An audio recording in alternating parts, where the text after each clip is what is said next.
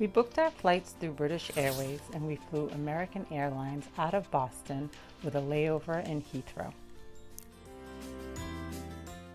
We had some time before our flight, so we stopped at a Mediterranean-themed restaurant called Trade inside Terminal B at Logan Airport. We boarded our flight to London and found pillows and blankets on our seats. The seats also had TVs on them, and you were given free headphones so that you could watch movies, TV, listen to music, or play games. We were pleasantly surprised to see that our red-eye flight was empty, which gave us plenty of room to spread out. One thing about international flights is they feed you a lot. I chose the pasta primavera. It came with cheese, a salad, bread, crackers, and a brownie. You also receive complimentary drinks. You can choose between coffee, tea, water, soda, or your favorite alcoholic beverage. After all that eating and drinking, it was nice to be able to spread out a little bit, get comfortable, and get some sleep before our arrival in London. We had an hour layover in London Heathrow Airport. If you ever have a connection at London Heathrow, I wouldn't suggest making it any less than an hour. It is a very large airport and can be difficult to navigate at times. Following a 4-hour flight from London, we arrived at Santorini Airport. Our hotel arranged transfers and we were picked up by Alex, owner of Melaton Tours, who gave us a lot of suggestions on things to do and see in Santorini while he drove us to Parisa Beach.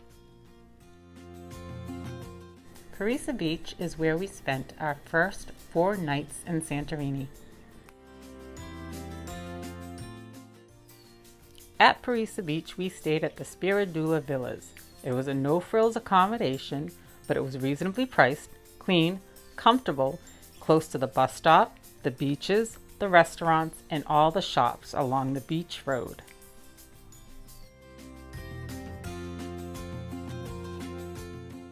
Parisa and Perivolos Beach extend for miles along the southeastern side of Santorini. Chairs and umbrellas are also plentiful for miles along both beaches.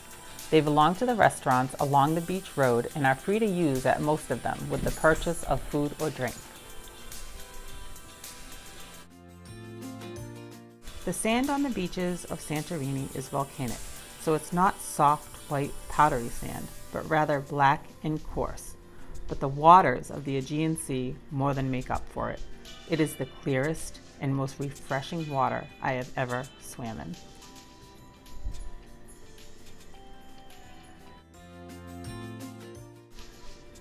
There is no shortage of restaurants and shops along the beach road, extending for miles along Parisa and Perivolos Beach, each one unique and each one offering seating right on the beach. Our first night in Parisa, we stopped at several along the road that we returned to multiple times on our trip. One of the restaurants we went to a few times on our stay was Dodo's. They served authentic Greek food, yummy drinks, hookah, they had a pool out back that you could swim in, and on Monday nights they had a traditional Greek celebration, complete with smashing of the plates, which I will go into a little bit more on day 3. Another fun place we went to was JoJo's, which also had a pool you could swim in, with cabanas you could use free of charge with food and drink, and a very nice bartender who never let us leave without giving us a complimentary shot.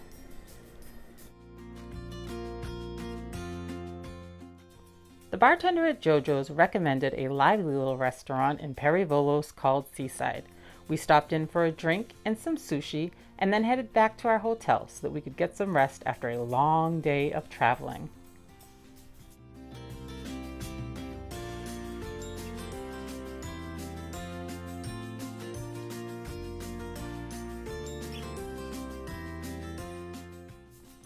And that is it for day 1 of my adventure in Greece.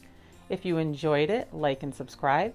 If you have any questions or comments, leave them below. And stay tuned for the rest of my wanderlusting wanderings in Greece.